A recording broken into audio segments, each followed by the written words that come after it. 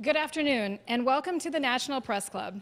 My name is Teresa Warner, and I am the 105th president of the National Press Club.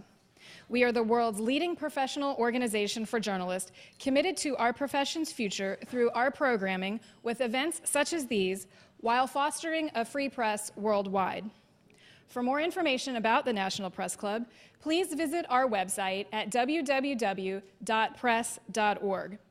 To donate to our programs offered to the public through our National Press Club Journalism Institute, please visit press.org/institute. On behalf of our members worldwide, I'd like to welcome our speaker and those of you attending today's event. Our head table includes guests of our speaker, as well as working journalists who are club members. And if you hear applause in our audience, we'd note that members of the general public are attending, so it is not necessarily evidence of a lack of journalistic objectivity. I'd also like to welcome our C-SPAN and our public radio audiences. Our luncheons are also featured on our member-produced weekly podcast from the National Press Club, available on iTunes. You can also follow the action on Twitter using hashtag #NPCLunch. After our guest speech concludes, we'll have a question and answer segment, and I will ask as many questions as time permits. Now it's time to introduce our head table guest, and I'd ask each of you here to stand up briefly as your name is announced. From your right, Rob Doherty, U.S. General Manager for Reuters. Carrie O'Reilly, Editor-at-Large and Washington Daybook columnist for Bloomberg News. Brig Owens, Redskins defensive back and holder of the Redskins record for most yards returned after interceptions, and a guest of our speaker.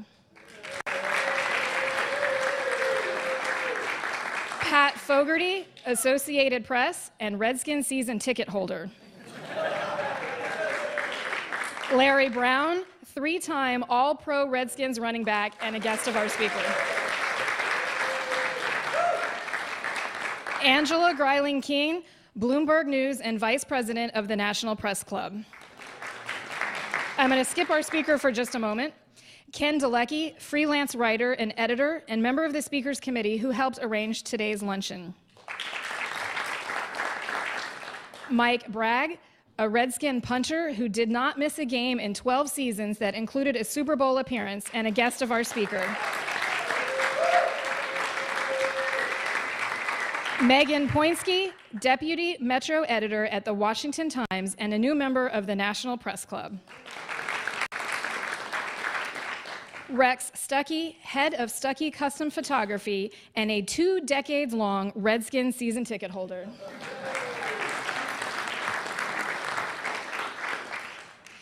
Today, we are just 2 days away from the start of the Redskins' 2012-2013 football season. On Sunday, the Washington Redskins will start their road to the Super Bowl, or not, against the New Orleans Saints after a preseason record of 3 wins and 1 loss. Some of you in this room remember the glory days when the Skins were regular playoff contenders and Super Bowl champions. You're the ones with the gray hair or no hair at all. I'm only kidding. I remember those times, vaguely. Let's see, I was in the 3rd grade. Since their founding in 1932, the Redskins have won 5 NFL championships, including 3 Super Bowls.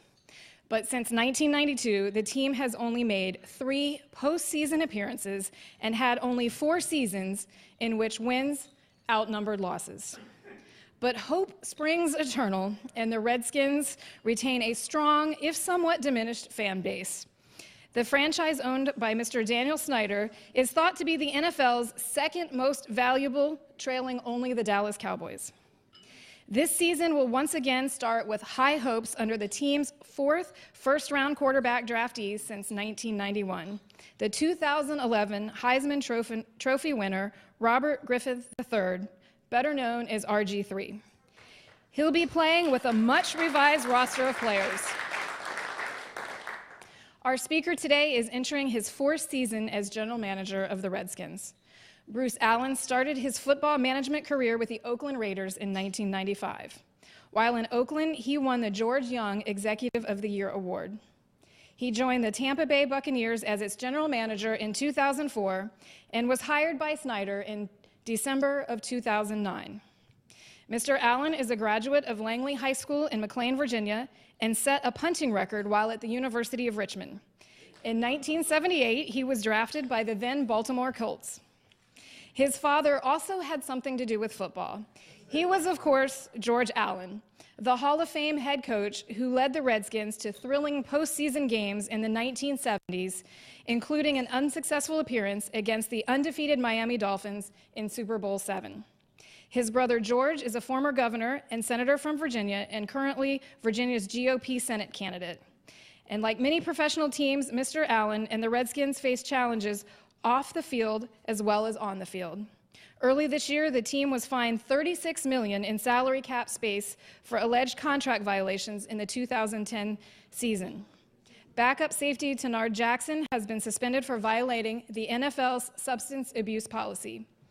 Popular players such as tight end Chris Cooley, running back Tim Hightower, and wide receiver Anthony Armstrong have been cut. And Redskins fans have become increasingly critical of the high cost of attending a home game in what many consider a less than stellar stadium. Hopefully, Mr. Allen will address some of these issues and give us his take on the Redskins' prospect for the coming season. Please join me in a warm National Press Club welcome for Washington Redskins General Manager Bruce Allen.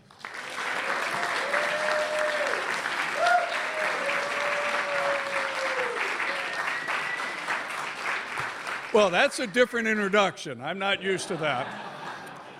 But now that we got these conventions over for both parties, it's football season and they bring a football guy to the National Press Club. So this is a unique situation. Brig, Larry, and Mike, thank you for joining me. I'm sure you guys come here every Friday for talk about issues around the globe and things like that. But it is an exciting time for us in Washington and to our fans across the country. We do understand that we haven't been very successful of recent day.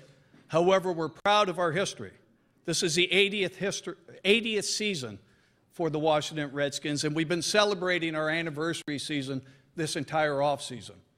We made 21 tour stops across Maryland, D.C., and Virginia, bringing our great alumni back to the regions for our great fans who have supported us over the decades. And with the current regime with the Washington Redskins, we really believe that our job is to carry the torch for the great players, coaches, and fans that came before us. Because we understand that you aren't a season ticket holder based on what we did last year. You're a season ticket holder for what these great players and their fellow teammates have done for the years before us. And that's our job today. Clearly, we made a bold, dramatic move in making a trade for a quarterback. And this quarterback you're going to love. If you haven't met him yet, when you see him, you're going to love him. And I'm not talking about the player. I'm talking about the person. Because it's easy to see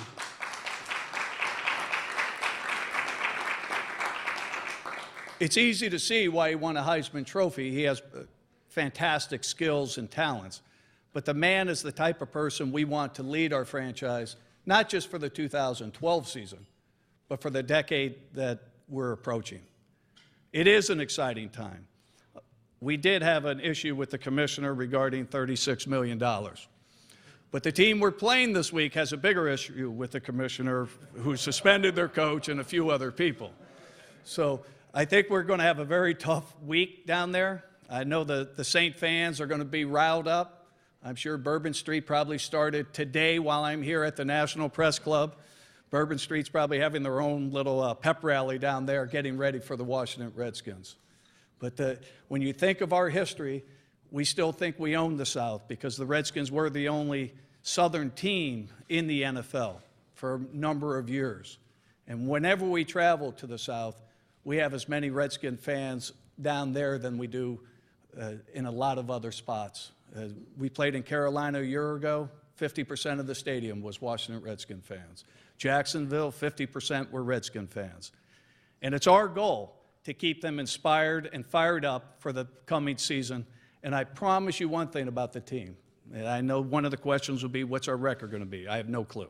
I have no clue what it'll be. But we will play 60 minutes of football every game, because the players not only play for the fans and the organization, they play for each other. And that's the great thing in sports. It's not unique to our franchise. The great thing in sports is the camaraderie and the responsibility you feel to your teammate. And we're really proud of this group of men that we have in our locker room right now, and I think you're going to enjoy watching this team. So thank you for having me. Welcome to football season, and I can't wait to hear these questions. Thank you.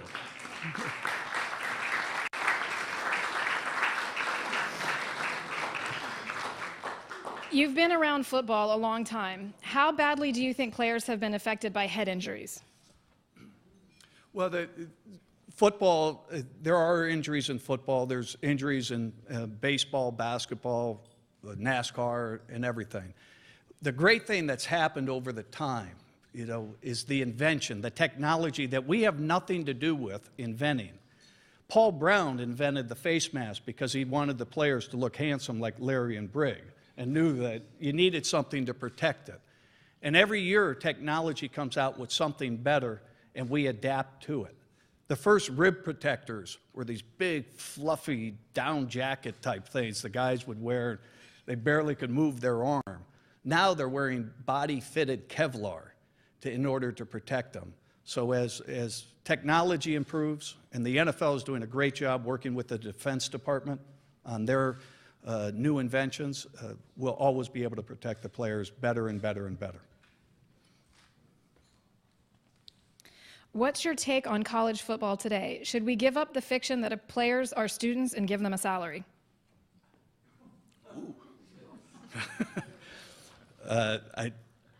We'll let college football determine what's right. I do think these players deserve something. They need it to get their education. We were talking about it earlier. If we can inspire them, keep them around the coaches that recruit them, because the coaches in college just don't coach the player on how to run a certain play or a certain defense. They're their on-campus mentors, and I think the more time we allow players to spend with them will be better for those young men going forward. But as far as paying them, I think that would work for some programs. I don't know about all. How concerned are you about the unresolved referee situation? Shouldn't this get resolved before a call or non-call costs some team a game? Picking all the great subjects to get Bruce Allen fined with, obviously. I've had officials cost me games when I've had the regular officials, so let's not pretend that every game is flawless. I'm sure they're going to work it out. I don't know when. It's not going to affect this game this week, and that's what we've told the players. The only thing we have to be concerned about is Drew Brees is throwing the ball, making sure we rush him, and make sure we don't turn the ball over. What do you think of the NFL having its first female referee? Will we see more women officials? The great thing about sports, and I know the NFL, it really is the perfect American role model company. It's about opportunity and whoever is best. We don't care where you come from, who you are, if you can help us win. If a woman's more competent than a man, absolutely put her in there, because I do know some of the officials that could be replaced also. Not naming any names, are you? Okay. Are there any rule changes you would like the NFL to make to improve how the game is played? Is instant replay being used properly? I'm glad we adopted instant replay when we did. The audience and once again, technology and television has really improved the fan experience at home. And to ignore that would have been not wise. And to help the events, to make sure there's not a mistake in the game that can be corrected, it's valuable. Is it being used? I'm not necessarily for limiting it to just 3 challenges. If a coach is right on all 3 challenges he makes, I believe he deserves another one. Your father inspired an over-the-hill gang to play a great football. Why does Coach Shanahan need so many greenhorns? Hello, over-the-hill gang that's at the table. You know, you guys are, as Mike said once, he said, if we were over the hill in 71, now what are we? You know, think about that. But today's game and with the salary cap, it has become a younger player's game in term of tenure, except the person who's our number one leader on our football team happens to be London Fletcher, who has great experience, and he would fit in with the over-the-hill gang, the Hogs, or any team that in Redskin history. What are your expectations for this season with the recent cuts of Cooley and Hightower? Well, as I said, I'm not going to predict a record. Chris Cooley is a terrific Redskin, and soon will be recognized in the top 90 when that vote comes up. This year we added 10 to make our 80 greatest Redskins. Special guy who will be a part of our organization. We made these decisions to cut down the team, which is a very, very difficult thing to do. When you talk about these young men, realize that from Pop Warner through high school and college, it's been their dream to play professional football. And when we take that away from them, it's a very humbling moment as well as a sad moment in their lives. So we make the decisions on what is best for the football team and hope for the best. Any chance that Chris Cooley can be re-signed? Yes, we've left the door open with Chris and continue to have dialogue. And in fact, supposed to get together with him again next week just to talk about things, but absolutely the door is open. Has free agency destroyed fan loyalty as players jump from team to team? I believe it's changed a little bit, but it hasn't destroyed fan loyalty. Our fan base is, as you can see when you go to our games, it's generational, and we're proud. We were talking about the Green Bay Packers. There's free agency hasn't hurt their fan base, and the traditional teams of the Bears and the Redskins, it won't change it. I think it's good for the players. It's something that they wanted, and it's helped them find better places for them to play on a different team. In some places, you know, you might not fit a certain scheme and you need an opportunity to excel somewhere else, because I wish the careers were a little bit longer than the 4 years average, but if it can help them extend their career, that's good for them. How far did the signing of Donovan McNabb set back the efforts by you and Mike Shanahan to revive the team?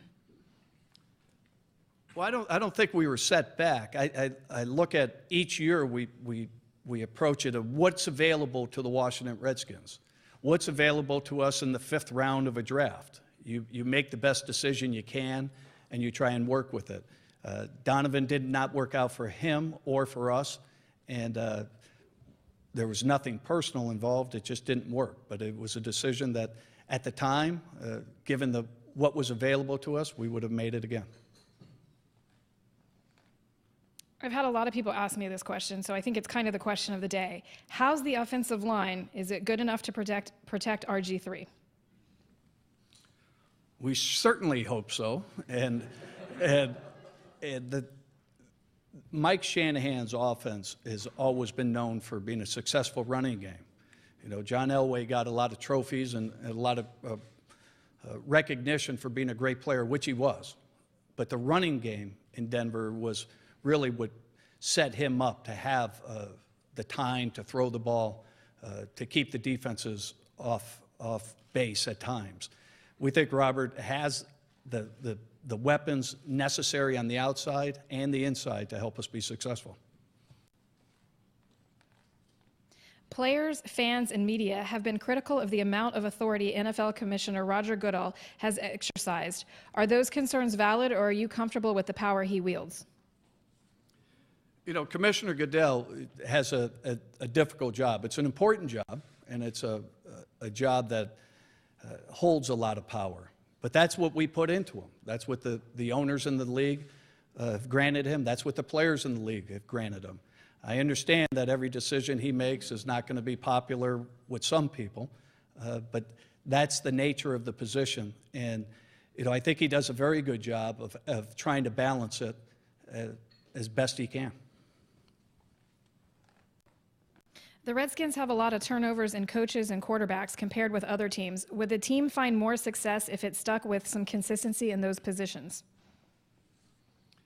Consistency is a key, but you got to have success in order to have consistency. And as I said earlier, each year you look at how we're going to get better. And right now we feel we have the tools in order to be successful. The coaches and player changes of the past, I think our player changes is probably on par with most of the league.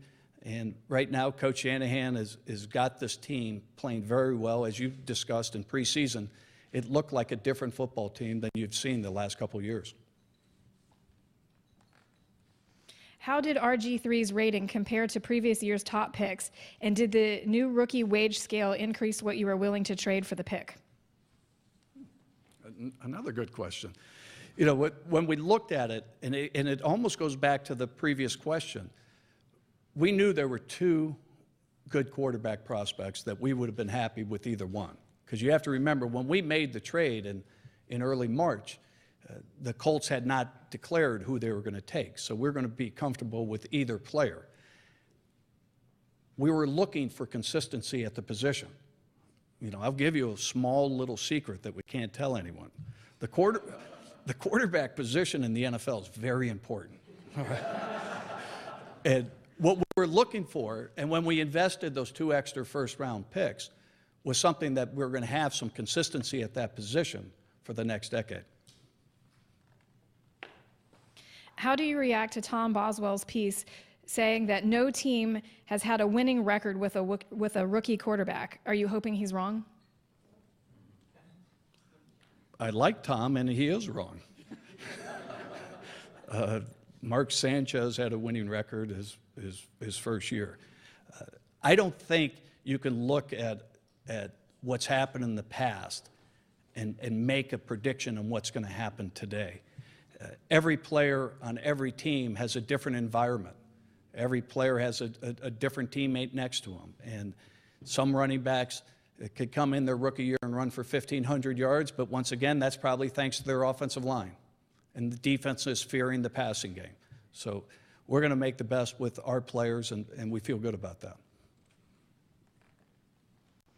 With games on Sundays, Mondays, Thursdays, and even some Saturdays, are you concerned with the oversaturation?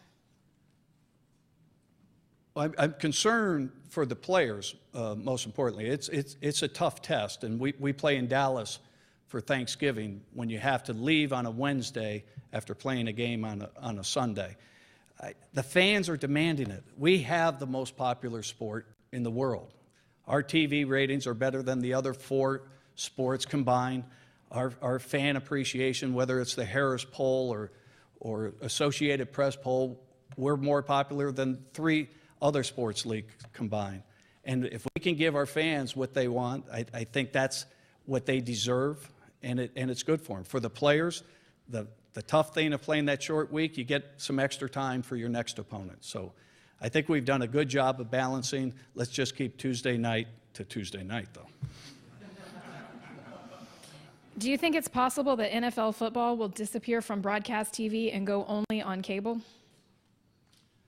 No, I don't see that. And I can't tell you exactly the amount of years on our contracts. I don't see that happening. Our sport really is a perfect product for television. With its natural huddle breaks, it allows the commentators, it allows for replay, and this I don't see that ever happening. Are there too many preseason games?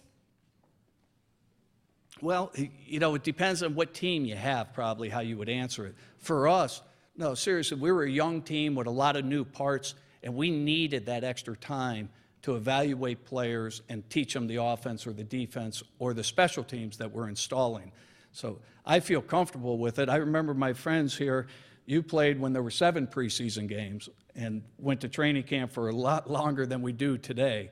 So I think as long as we mix in the rosters. We increased the roster limit to 90 players, and so you need those extra practice games in order to get prepared.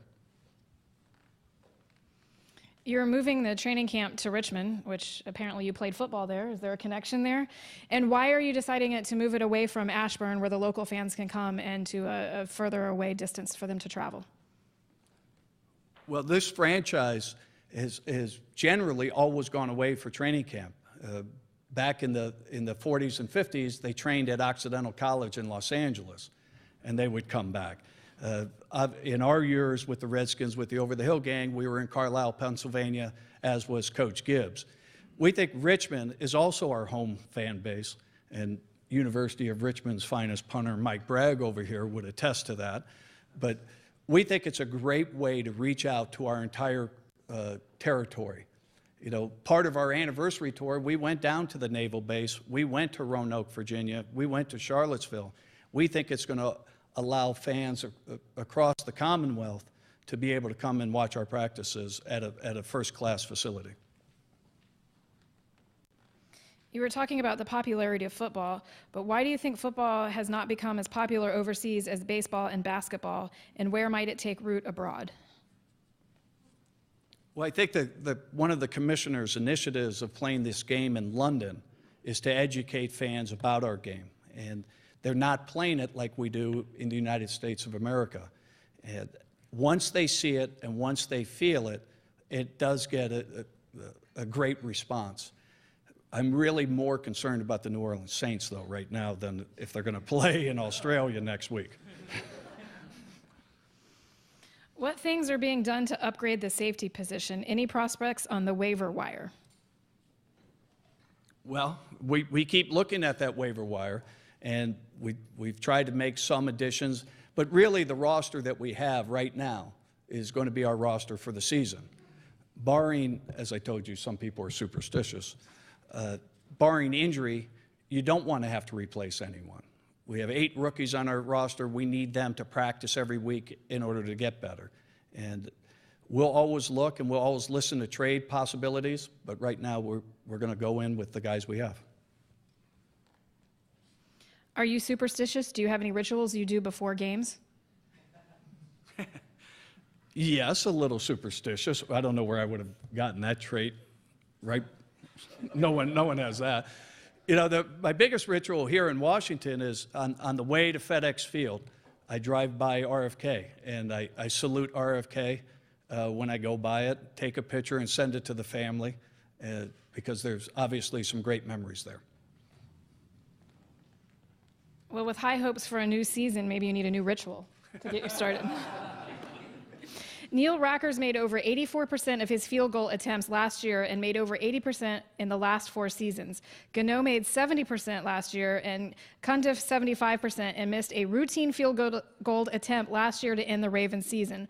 Why did Rackers get cut? Money, or does in-camp competition trump every other factor? Well, if you brought Ozzie Newsome here, he could answer that question. He's the general manager of Baltimore, so I can't speak for why they cut him. We've respected him from afar, no different than every team in the league. You grade players and evaluate them even though they're playing for a different team. We brought him in because we believe he's going to help us win this year. And he's got a very powerful leg, and we're looking for him to helping us win. Have the Redskins considered changing their name? No.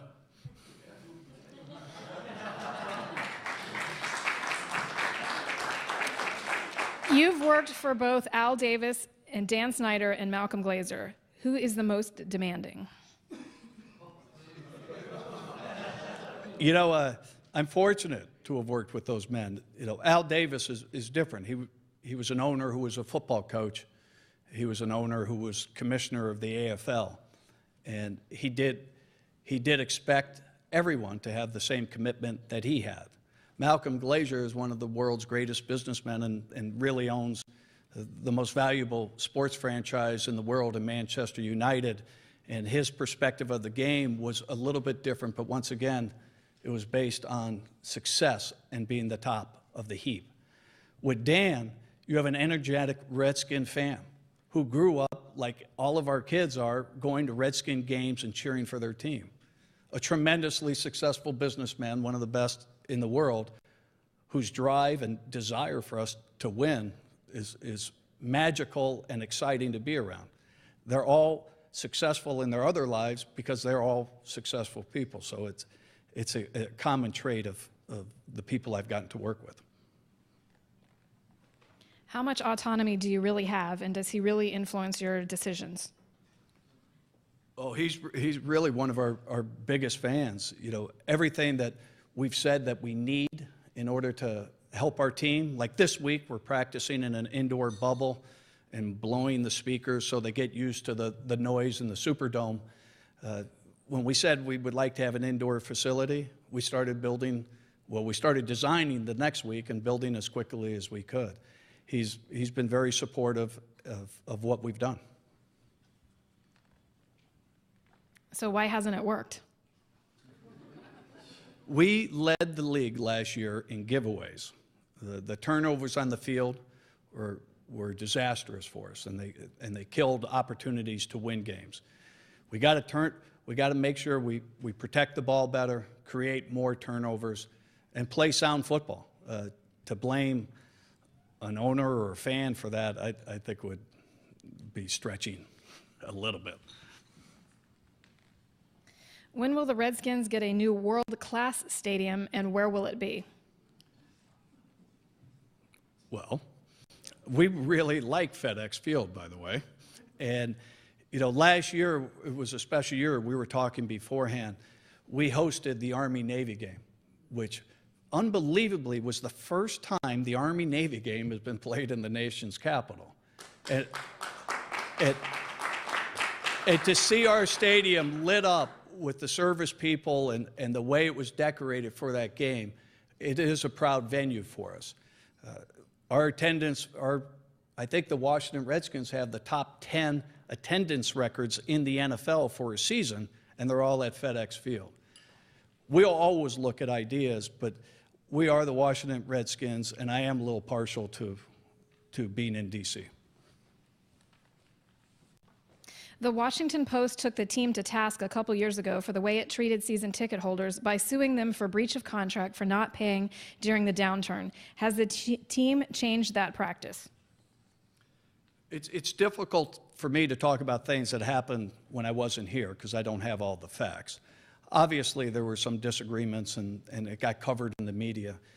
We love our fans. We work with our fans on an individual basis year-round, and at different times, we've done these great events to invite the fans to different forums where they can ask questions and feel more involved in the team. I don't think what happened four years ago you'll see happening in the future.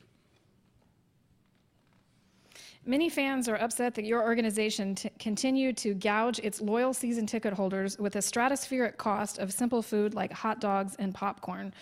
Why? Well, you know, glad you asked that question. I read this morning they do a fan cost index came out. And guess who charges the most? Those dirty, rotten Cowboys. But the Cowboys had the highest. I think we were right around the average of the league in this new survey. So I think that our prices are right in line with everyone else. Are you concerned that the in-house viewing experience is keeping fans away from the stadiums? How are the Redskins improving the fan experience at FedEx Field? Well, the TV is a great place to watch a game, and I know that from watching college football. There's nothing like watching a game on a Saturday night before one of our games on a beautiful high-definition television. The in-game experience is created really by the fans and the team.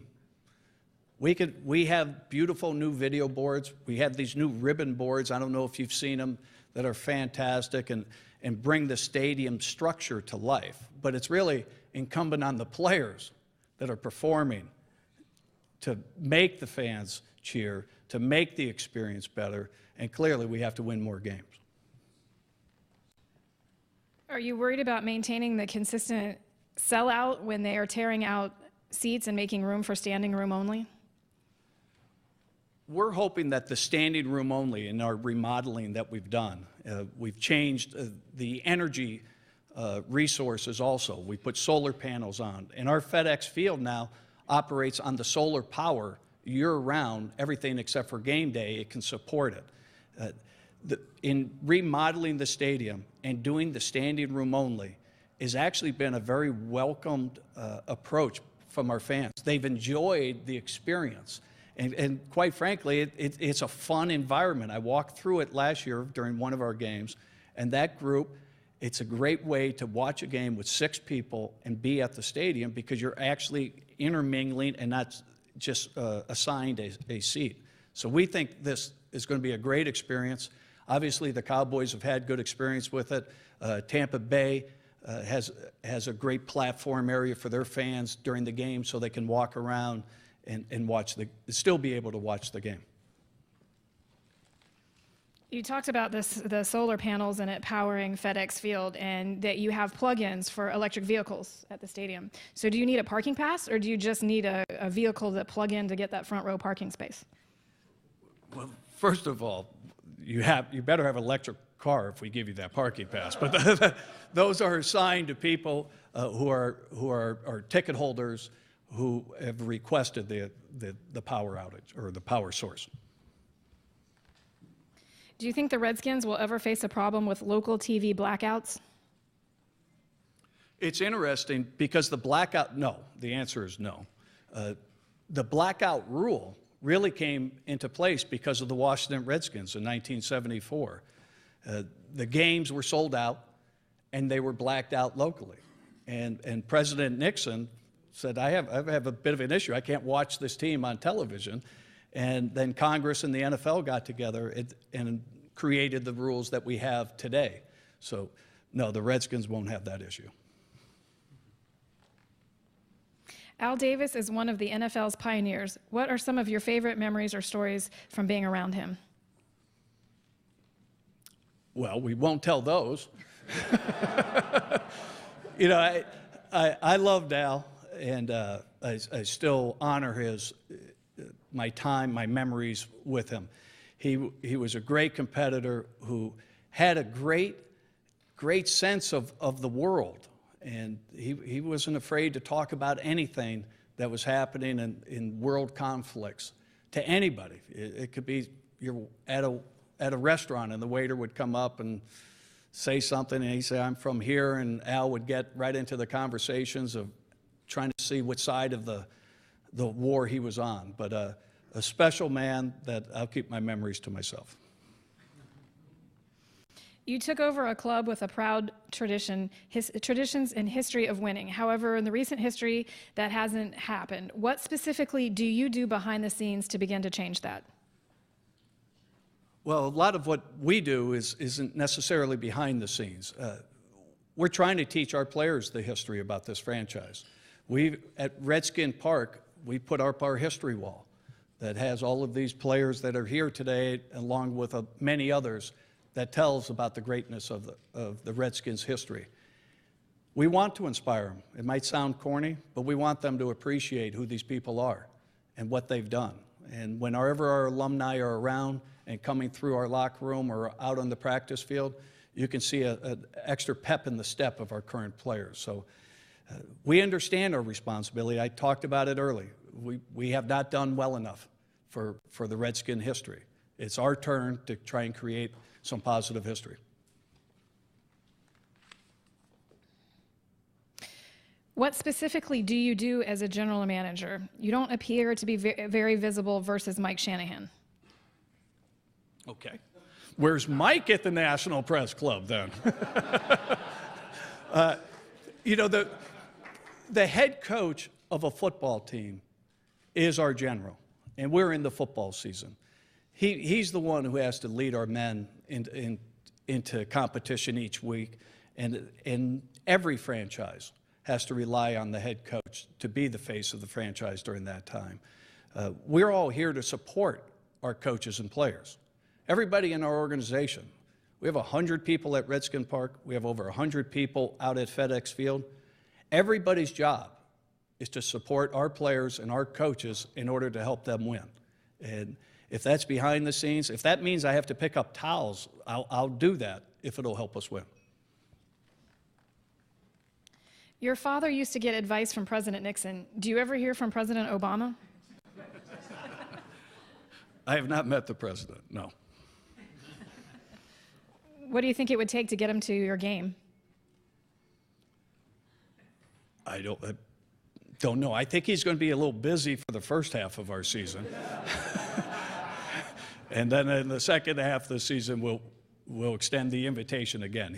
He's clearly always invited, and that's part of the tradition of Washington sports with the president and the teams. For a long time, the Redskins were the biggest game in town. Now the Nationals are on fire. What's it going to be like at the beginning of the season, especially if the Nationals do make it into the postseason? Well, we're going to be excited for them. A lot of their players know our players, and it is exciting what they've got going this season.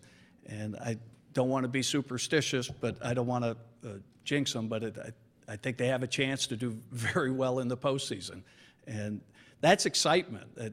Making people have a good attitude in this area is a great thing. One thing I know about the Redskins, we can't agree on a lot of things in the city when I read the newspapers, all right? We can't agree that Thursday follows Wednesday sometimes.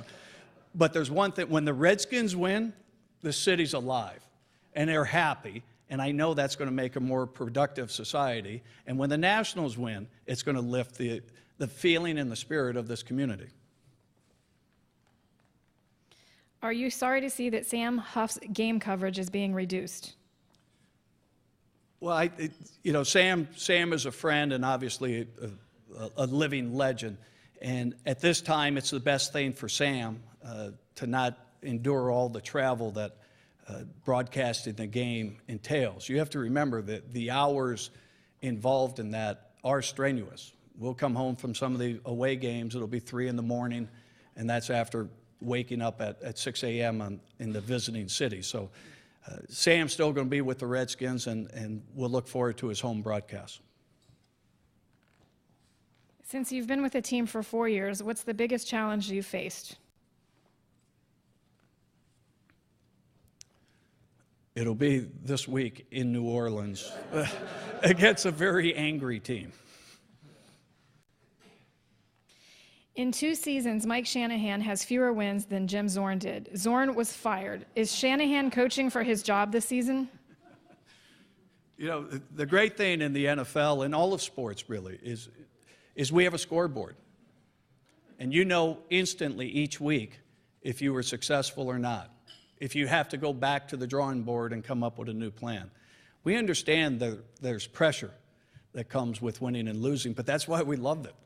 It is the greatest natural drug in the world, going into a game with high anticipation and hoping for success, hoping that your work week was productive. Mike's not going to worry about that stuff because he's been in the NFL for 20-some years, so we don't worry about that stuff. Can you compare what it's like to work with John Gruden and Mike Shanahan? It's interesting. They have more similarities than you would think about when you first look at them. Obviously, John is a little bit more expressive in his face, but they both had worked for Coach Bill Walsh, and they both have some of the same sound principles of how to build a team and how to install an offense. And I think both of them are great competitors, but I think the Bill Walsh background is obvious to see in both of them. Could you comment on the recently released scientific report regarding the host of ailments which prematurely afflict retired football players, such as depression, skeletal degenerative diseases, and dementia? Well, I'm not sure exactly what that one was, but I have seen results from the National Institute of Health that really our athletes are more healthy than everybody in the general society, which actually makes more sense. They're well-conditioned athletes, and if they continue to take care of themselves after their career days are over, they should be ahead of the general population because of their previous training that they've done.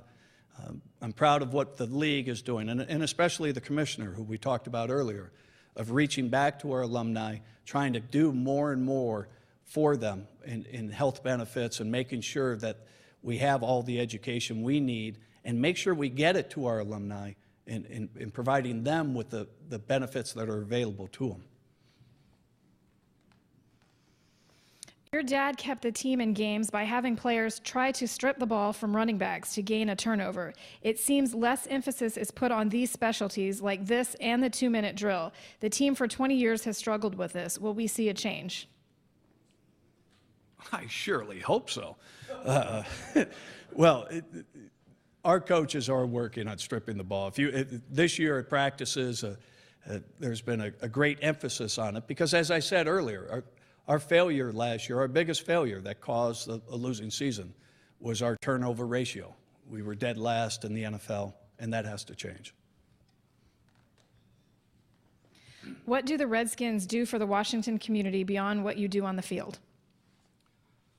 Well, I think we're a part of the fabric of this community. But one of the things that we have utilized is our Washington Redskins charitable organization. Whether it's our Play 60 event that I know we went to over 3,500, saw 3,500 middle school students this year. Whether it's our Harvest Feast out at the stadium where we're feeding the underserved families of Prince George's County. Whether it's our reading program, which we've distributed over 1.7 million books in the last 5 years to local schools and libraries. We had 59 community events last year where we feel we've reached over 350,000 people in our neighborhood. And we like this role. When our players go somewhere, kids do listen. Families do understand when London Fletcher walks in and he gives a message. It is inspiring. So we relish our role in the community and look forward to doing more in the future. Well, being the general manager, I assume you oversee all aspects of the Redskins. Can the logo on the field look new for each game?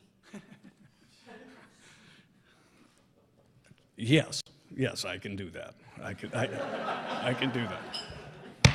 So it be said. What position are you likely to have high on your draft list for next year? You know, the one thing I did learn from my father was the phrase, "the future is now." So I'm not going to worry about our second opponent this year. I'm going to focus on today. You never know what's going to be available, and we did a very good job the last few years of just following our draft board. Whoever the highest rated player when we're drafting is, that's probably who we're going to take. Other than, of course, Briggs, Larry, and Mike, who are your favorite all-time Redskin players? Wow, we don't have enough time to go through it. It's a special bond. I got to be raised by a lot of these guys. They're older brothers to me, and the list is too long. But I will tell you, like Mike pointed out, and my dad used to say, he goes, "You know, Bruce, you can learn some of their good habits too." So learning from these big brothers always was an exciting time for a young teenager in Washington, D.C. Would the Redskins ever consider a stadium with a roof? Do real football teams play under a dome?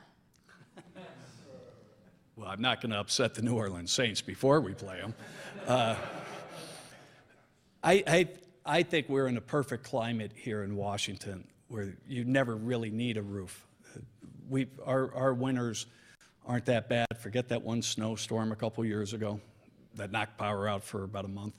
I think football, we have the perfect football environment. I understand why some northern teams need it, but I think we're going to be fine in an outdoor stadium. Then why did you build a dome to practice in?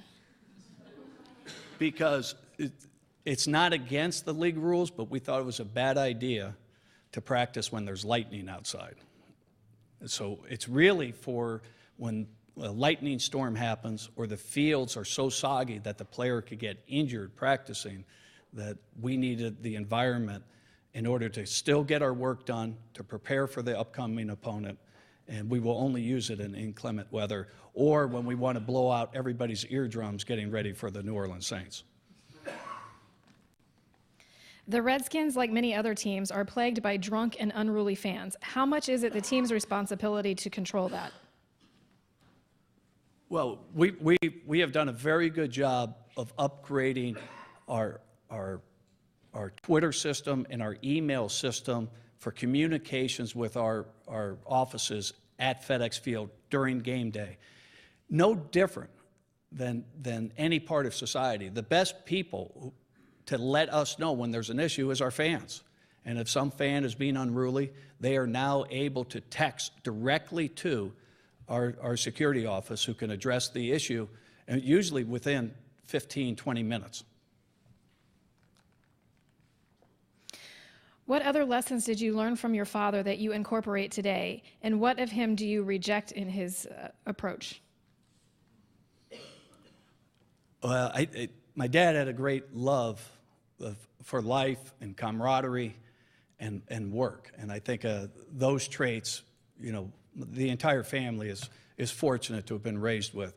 I don't reject anything that my father or mom taught us.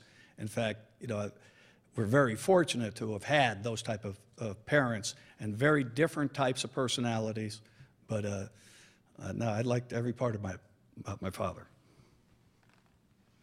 You've been around the game for a long time. What's your all-time favorite game? All-time favorite game. Once again, that would be difficult to name. When we beat the Cowboys on New Year's Eve in Washington, D.C., and another example of what the Redskins mean to a community, there were 0 crimes that night in Washington, D.C. That day had 0 crimes, and Mayor Washington, I remember coming out to thank the team for winning. Of course, we did it for the 0 crime. That was never anything, but that's the best game in Washington. Are you hopeful that Washington gets awarded a Super Bowl, and do you have any voice in pitching the league to bring the Super Bowl to D.C.? We have begun some preliminary conversations. You know, the Washington Redskins about 6 or 7 years ago made a great proposal to the league, and I was with a different team, and we were one of the teams voting to have it in Washington. You know, this city has it all. When you talk about venues for hosting different types of functions of Super Bowl week, I remember seeing the video. You could have your corporate hospitality cocktail party within the Capitol, or you could be at the Supreme Court. No one can match what Washington, D.C. can offer for a Super Bowl, and it should be considered. You're at the National Press Club. Give us an assessment of the media coverage of the Redskins. You know, I saw a quote from Tom Brokaw the other day, and they asked him, do you like where media is today versus where it was before, with the excessive coverage of every type of sporting event or political event? And he said he loved it. And I agree. You know, really, the biggest thing that's changed is our fans are also bloggers. Our fans are writers. We'll have more people reading one of our fans' blog in Florida than we'll read a newspaper at times. It's where you can find the information. And I think it's fair. It's about whether we win or lose. We get that. We understand that there is a scoreboard involved. And if you win, there's probably going to be nicer articles. And if you lose, they're probably not going to be so nice. Looking back at college football for a moment, conferences used to be fairly static. Now there's a lot of movement. Is that good or bad? Once again, I think college can answer that. You know, I've always been a fan of the bowl games in college football.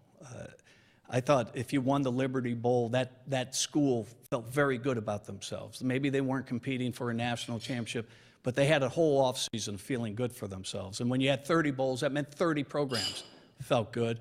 And even the teams that lost, it allowed those players to stay around those coaches for some extra training and preparation. As far as where they're moving, I'm sure it's economically driven, but that's for them to decide. Do you think the NCAA does a good enough job in staying on top of recruiting violations? I really would have no clue. That's for the college people. If you could put together a fantasy Redskins team with any players from the league, who would you put on your team? Once again, trying to get Bruce Allen fined for tampering this time. We'd like players around the league, but we're not allowed to name names. Thank you. Do you regret not having a pro football career of your own? No, I don't know what I would change from my growing up. That I loved every part of it. The great thing about being around the players and coaches my whole life is they told me at an early stage, you're not good enough to play. So it wasn't like it just dawned on me after my college days that I wasn't going to play. Before I get to the last question, I have a few housekeeping matters I want to take care of. I want to let you know of the upcoming luncheon speakers we have on September 12th. Tony Perkins, president of the Family Research Council, will discuss the role of values in the November elections. On September 13th, James P. Hoffa, the president of International Brotherhood of Teamsters, will discuss defining patriotism, protecting America and the American worker. And on October 2nd, Arnie Duncan, Secretary of Education, will be here to speak. Secondly, I have a couple of gifts to present to our speaker, Bruce Allen. I think we need to start a new tradition, and if you drink from the National Press Club coffee mug on game day, I think we could start a good winning tradition here. Thank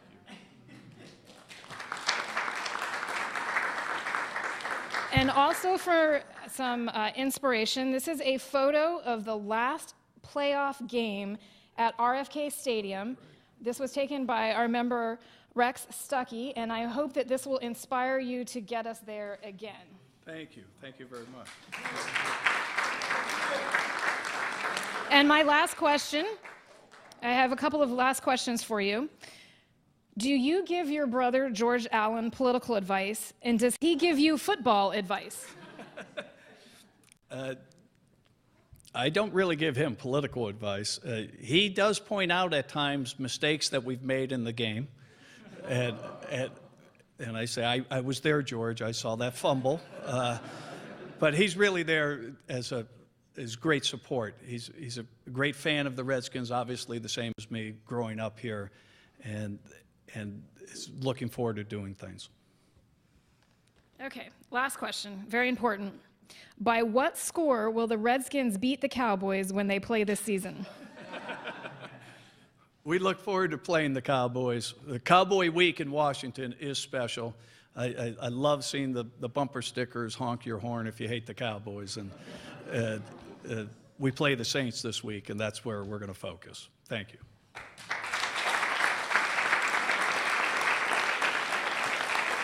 Thank you for coming today. I'd also like to thank the National Press Club staff, including its Journalism Institute and Broadcast Center, for organizing today's event. Finally, here's a reminder that you can find more information about the National Press Club on our website. Also, if you would like to get a copy of today's program, please check out our website at www.press.org. Thank you, and we're adjourned.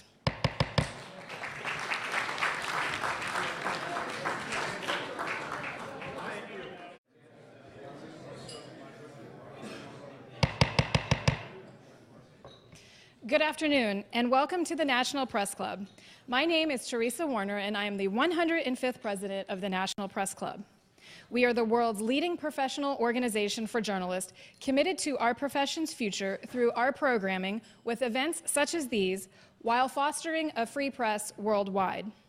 For more information about the National Press Club, please visit our website at www.press.org.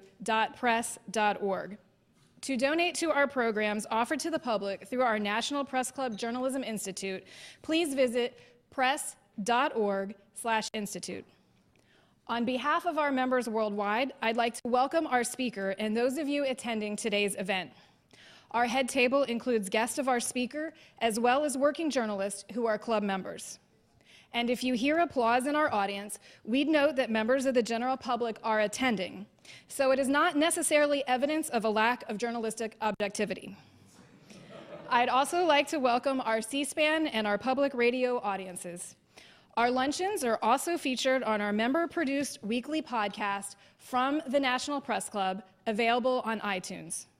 You can also follow the action on Twitter using hashtag NPCLunch.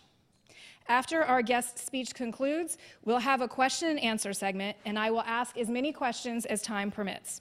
Now it's time to introduce our head table guest, and I'd ask each of you here to stand up briefly as your name is announced. From your right, Rob Doherty, U.S. General Manager for Reuters.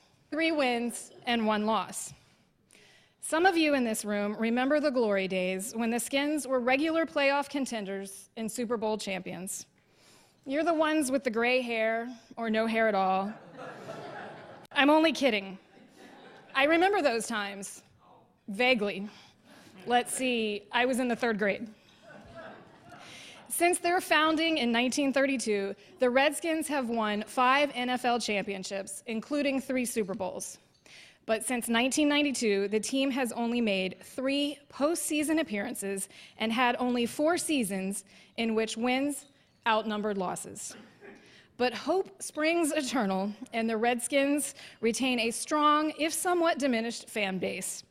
The franchise owned by Mr. Daniel Snyder is thought to be the NFL's 2nd most valuable, trailing only the Dallas Cowboys. This season will once again start with high hopes under the team's 4th first-round quarterback draftee since 1991, the 2011 Heisman Trophy winner, Robert Griffith III, better known as RG3.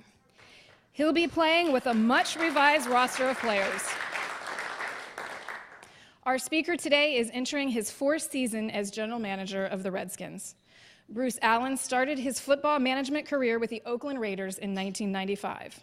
While in Oakland, he won the George Young Executive of the Year award. He joined the Tampa Bay Buccaneers as its general manager in 2004 and was hired by Snyder in December of 2009. Mr. Allen is a graduate of Langley High School in McLean, Virginia, and set a punting record while at the University of Richmond. In 1978, he was drafted by the then Baltimore Colts. His father also had something to do with football. He was, of course, George Allen, the Hall of Fame head coach who led the Redskins to thrilling postseason games in the 1970s, including an unsuccessful appearance against the undefeated Miami Dolphins in Super Bowl VII. His brother George is a former governor and senator from Virginia and currently Virginia's GOP Senate candidate.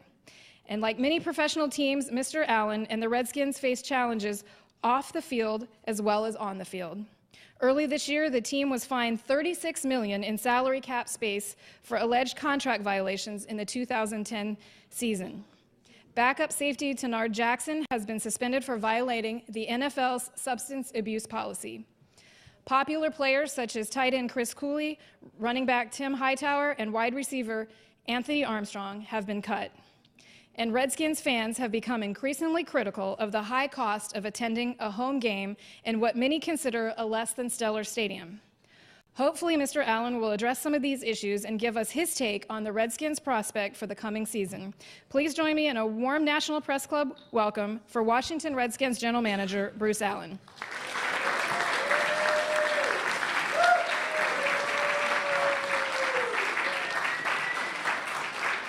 Well, that's a different introduction. I'm not used to that. But now that we got these conventions over for both parties, it's football season and they bring a football guy to the National Press Club. So this is a unique situation. Brig, Larry, and Mike, thank you for joining me. I'm sure you guys come here every Friday for talk about issues around the globe and things like that. But it is an exciting time for us in Washington and to our fans across the country. We do understand that we haven't been very successful of recent day. However, we're proud of our history. This is the 80th season for the Washington Redskins, and we've been celebrating our anniversary season this entire offseason. We made 21 tour stops across Maryland, D.C., and Virginia, bringing our great alumni back to the regions for our great fans who have supported us over the decades. And with the current regime with the Washington Redskins, we really believe that our job is to carry the torch for the great players, coaches, and fans that came before us. Because we understand that you aren't a season ticket holder based on what we did last year. You're a season ticket holder for what these great players and their fellow teammates have done for the years before us. And that's our job today. Clearly, we made a bold, dramatic move in making a trade for our quarterback.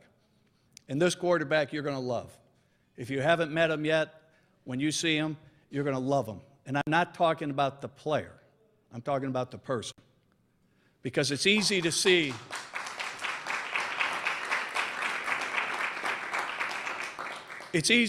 why he won a Heisman Trophy. He has fantastic skills and talents.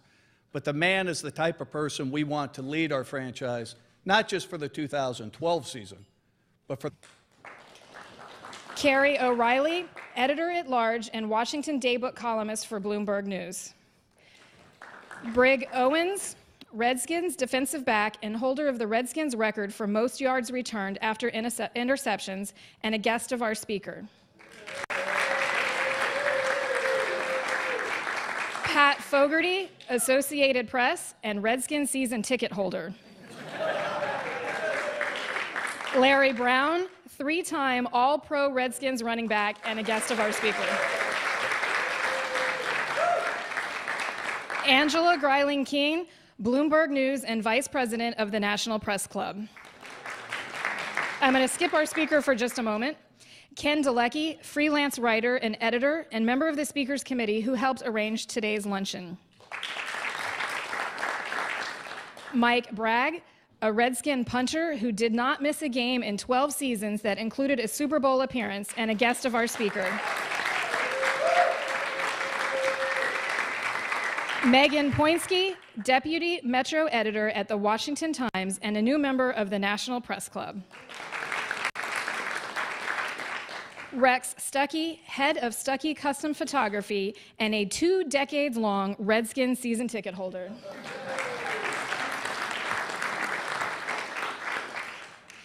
Today, we are just 2 days away from the start of the Redskins' 2012-2013 football season. On Sunday, the Washington Redskins will start their road to the Super Bowl, or not, against the New Orleans Saints after a preseason record of